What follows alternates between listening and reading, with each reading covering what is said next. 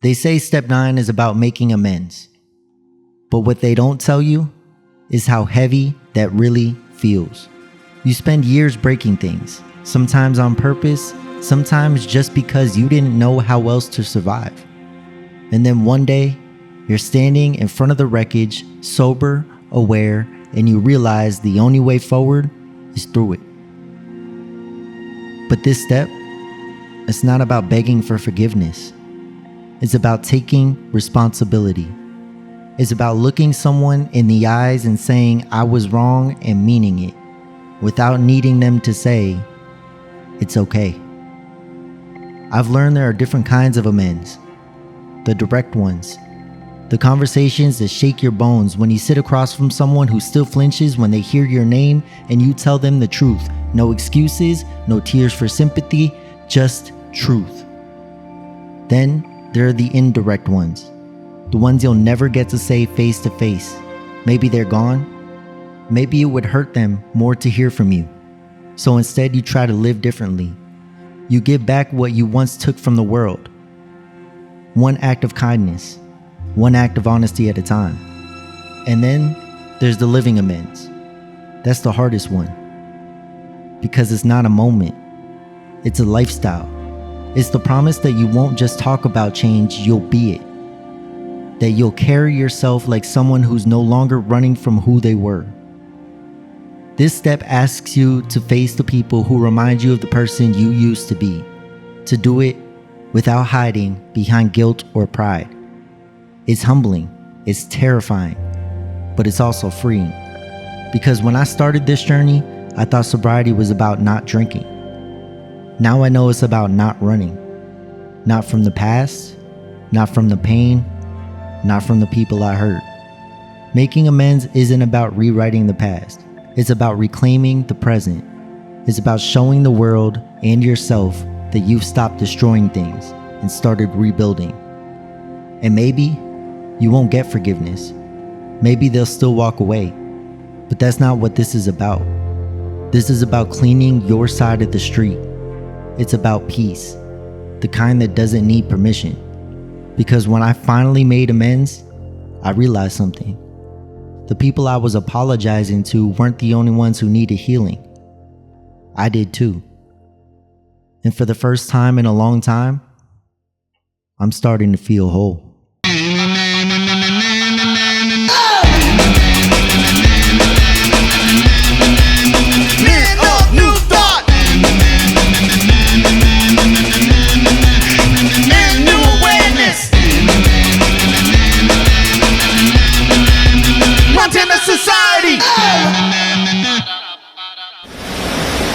These are the steep hillsides giving way to the force of water.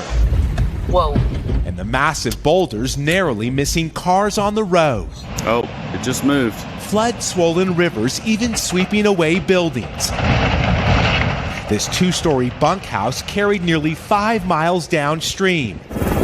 Roads and bridges leading to Yellowstone National Park that weren't washed away have now been shut down indefinitely at the start of the peak summer season. It's safe to say that it's going to be an extended period of time. The northern end will be closed. Well, told you guys would be, trying to give back, community service, plus make a little money here. So here we are. Apparently the water came in through here. They put this levee up after, and they've had that pump going, but as you can see, it's drying out. So this is a fairly new lodge, and you can definitely see how high the water got off the river. Up to those windows up there? Can you imagine this much mud coming in your house?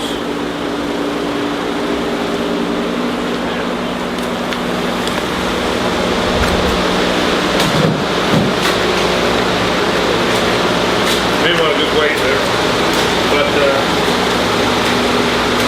whole thing is crazy, so somehow they're going to have to clear this out. There's still half an inch to do that. This is the bedroom. With nice wood floors. It'll be a long day.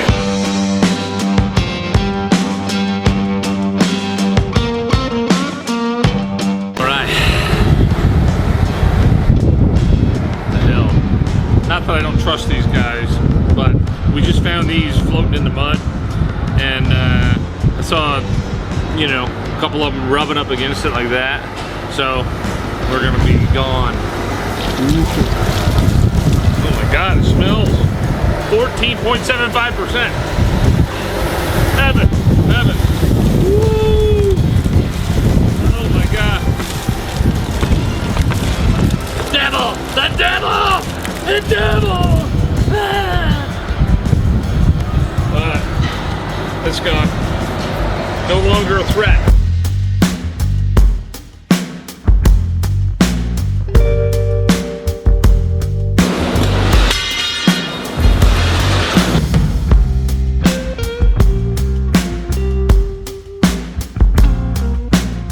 We've had a couple guys starting at one door and start cleaning out from that and do a room. A couple guys do a room with a wheelbarrow.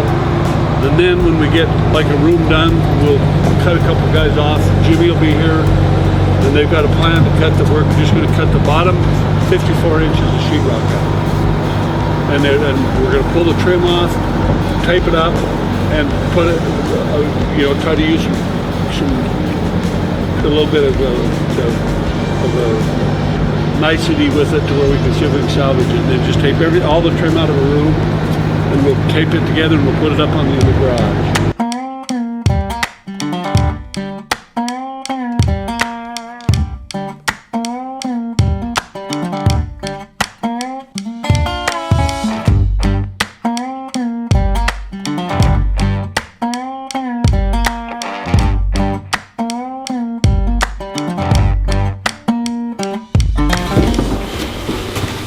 Downstairs, the walkboards, just kind of lay it in the steps or stand them up in the stairwell. Okay.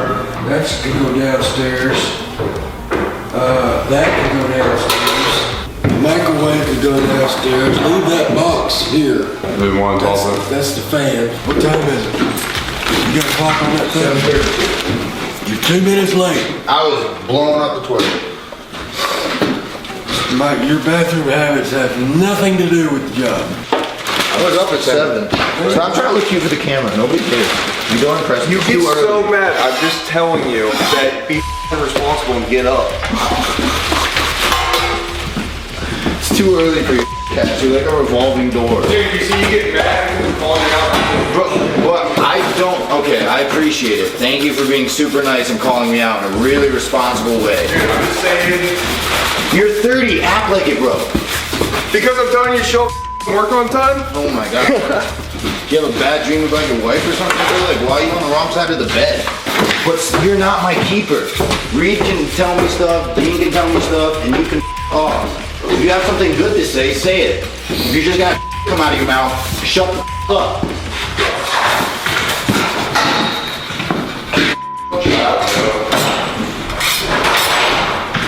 There's you some drama.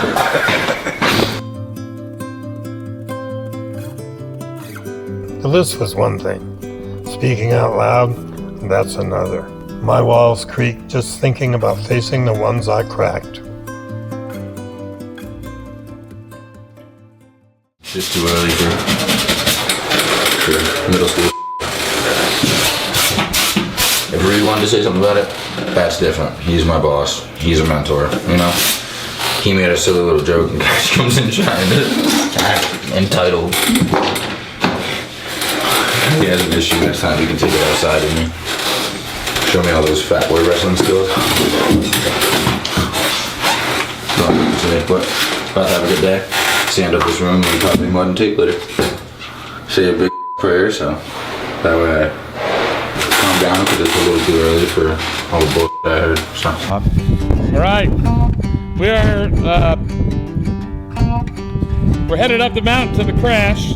Still trying to hike and find our way there, and we found out that Sam Peckinpah, the bloody film producer or executive, actually had a house just up here.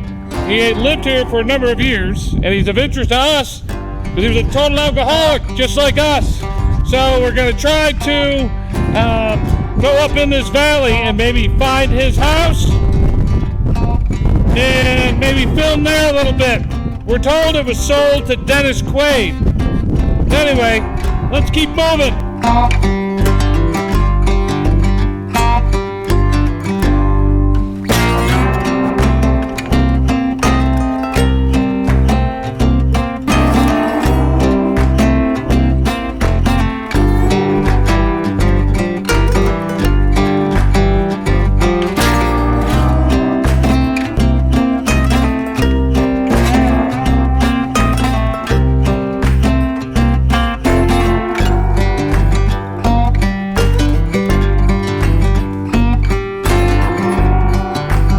We have discovered Sam Peckinpah's cabin, and from a little research we found out he later sold it to Dennis Quaid, who had it for a while, and then he sold it to somebody else. So we actually came over to knock on the door. I didn't know if anybody was going to be here or not. I assumed not. But we're going to ask permission to just cross their land and take a kind of a shortcut up to the plane wreck. You didn't know diddly about recovery, AA, nothing. You just knew that you had problems. Yeah. Did you think like, oh, maybe I'll join AA and that'll solve it? I never thought I'd do anything like that. I never thought I'd do this. So it's an absolute right-hand turn in your life. Yeah. You know, and that's why I'm saying it's kind of, this is the first example of actually applying step 3 to my life, not now knowing what step 3 is, you know, giving God, you know, letting him kind of take control instead of me always having the wheel thinking I'm right, because I had no ambitions of ever, you know, getting sober at least anytime soon, and I also never thought there'd be somebody that could get me to this point, and you know, you somehow, you know, miraculously were able to help me. And yeah, he threatened me a little bit, you know, but keep it PG for the kids back home, but he's a naughty boy. I think your history and your past with your family, generally more church-going, spiritually based family, gave you that foundation, and you know, I guess tend to make you more accepting. Just going over what we've been going over, that's a really helpful step for me. Just kind of, you know, trying to turn over my will, not try to do everything myself, which is you know, something I've always struggled a lot with. Try to, you know, think about and change everything that I can instead of just, you know, focusing on one thing at a time, which is it's easy and good to do out here, because you know, that's something it's hard to enjoy something like this right now if your mind's focused elsewhere. So that's, you know, one thing I'm trying to focus on is just the present, not try to worry too much about the past or the future. You know, I try to white knuckle everything. First time I walked into AA 6 years ago when I was about to turn 25, I was 24, you know, I was sitting there going like, listening to people in there, barely listening, and thinking, you know, these people, you know, I'm nothing like them. I could use my willpower alone and get through this. And I believe that for a lot of things, because I've been determined and I've accomplished things through, you know, self-will and determination.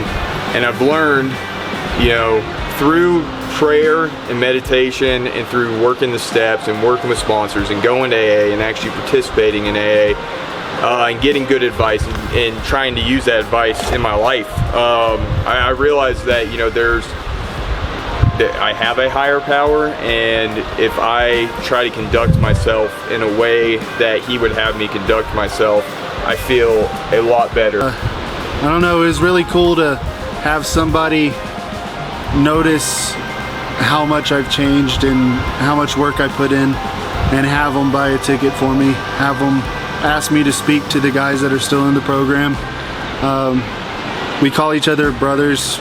It'll be cool because my OB is going to be there, and then some of my 4 YBs will be there. So it's cool. It's going to be a cool opportunity. I've spoken at one of their events prior to this, but this one's going to be a little different. I get to speak my mind. I get to speak into the guys, speak into the program. That place saved my life, so I went there with the intention of leaving